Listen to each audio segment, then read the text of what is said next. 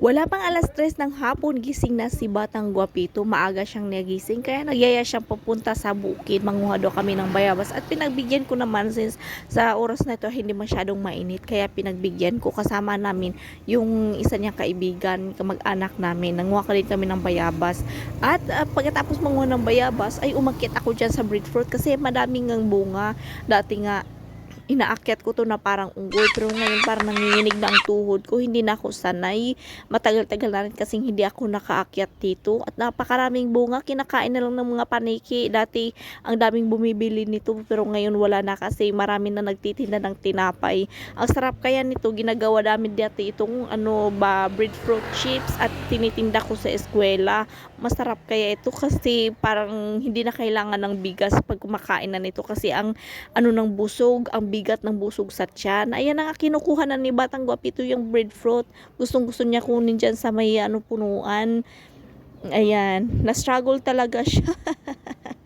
Medyo malaki-laki ang ganyan nakuha ko. Miliit nga ang bunga kasi nga wala masyadong ulan at kinukumpay sa mga hayop ang dahon.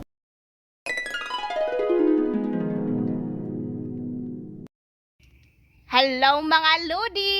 Nandito na naman si Mama Likaps at si Batang Guapito sa aming dating bahay sa bukid. At ayan, may kasama kami kamag-anak naming babae. Sumama siya.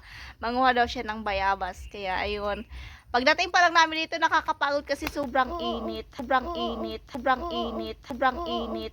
Nadapa pa si Guapito. Sobrang init. Pahinga muna kami ng kaunti at saka atak na ng bayabas. At mamaya din, aakyat din ako sa kulo sa breadfruit kasi madaming bunga. Kinakain na ng mga paniki. Kaya kukuha ako ng konti, dadalhin ko dun sa bahay. Masarap kasi yun pang himagas. Pang snacks. O sige, samahan nyo kami, manguha kami ng bayabas kasi nagkabulukan na ang mga bayabas dito. Sama kayo, let's go! O ayan mga Lodi, nandito na nga kami sa mga bayabasan. Pero wala na siya masyadong bunga ang mga bayabas. Nagkasilaglaga na kasi. Yan, yung si Batang Guapito at saka yung kaibigan niya, si Uday, kamag-anak namin. Pinapakain nila yung kambing. Meron dito oh. Kain to sa kambing. Ito. Si ano to? Ano na? Sobrang hinog na kasi. O yan, mi. Pakaon Uday sa kanding. Nagkaan ba siya? Yung nag-adventure kami dito sa bukid. Buti na lang at hindi masyadong mainit. At hindi rin umuulan. Ganda talaga dito, maaliwalas. Walang ingay. Mga lang ng ibon. Yung maririnig namin. Sa mga hayop lamang. Walang ingay ng sasakyan.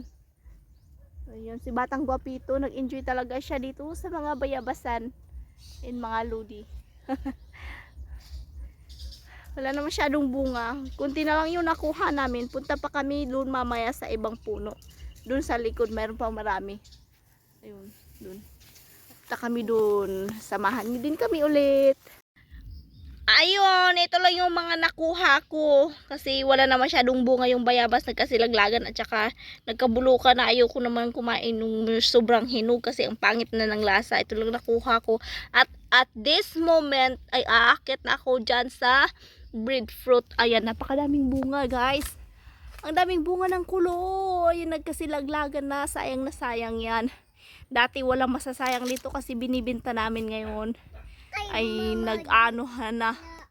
Kinakain na lang ng mga paniki kaya aakyat ako dyan. Samahan nyo kung umakyat. O ayan si Batang Guapito. Gusto niya manood sa akin habang umaakyat ko. Ana alang. Gana lang kung hain ako mukad to. Breadfruit ya. Yan sa breadfruit ya. Alalap ka namin palang liling. Malapit rin tayo. Ay. Dati para akong unggoy dito. Na inaakyat ko lang to na walang ano. Ayoko. Breadfruit yun.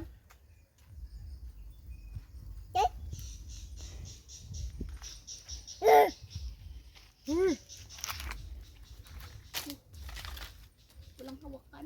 Kay babu. don't climb.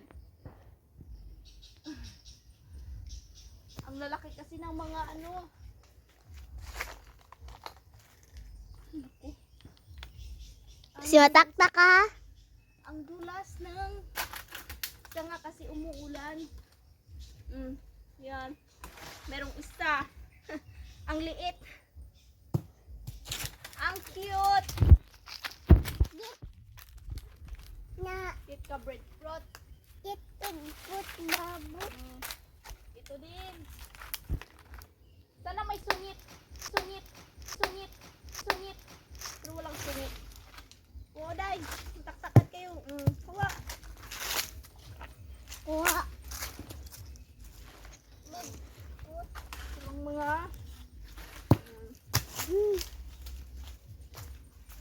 ang layo na. Ang layo na ng mga bunga. Hindi ko na maabot.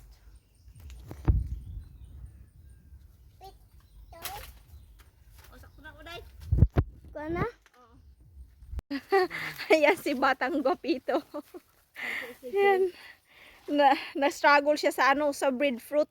Gusto niyang kunin sa may dahon. Ay nako. Oh, na-fall down na. Don't give that to Sayong, oy. Ayan. Ay nako. Beetroot. Oh, breadfruit. We have naman, we have. You have naman breadfruit na. Beetroot. Oh, big breadfruit. Oh, let's go home na. Oh, yan yung kay Uday. Sakto din ay kabugat. Mag-igaigan na siya. Yan ay kay Uday, yung sa kanya. Ito naman yung sa akin.